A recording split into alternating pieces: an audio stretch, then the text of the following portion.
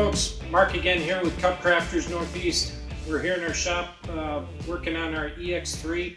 Here I've got the fuselage. When I last came to you and spoke with you, we had just finished the wings. We've got the right wing all completed over there. The left one is behind the box. They're ready for cover. And we're making progress here on the fuselage.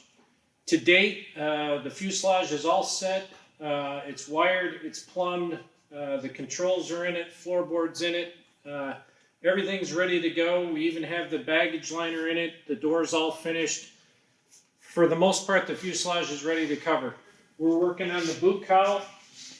We've got the firewall in place. That'll be going together in the next few days, and wanted to bring you up to date on that. I'm getting ready to leave for AOPA, Maryland, to fly an event down at Frederick. So I'll be leaving here tomorrow, gone to that for a few days, and then I'll reach back out to you folks, bring you up to speed with what's going on with the kit, the progress, and what we did down in Maryland. So appreciate you following along, and have a great day.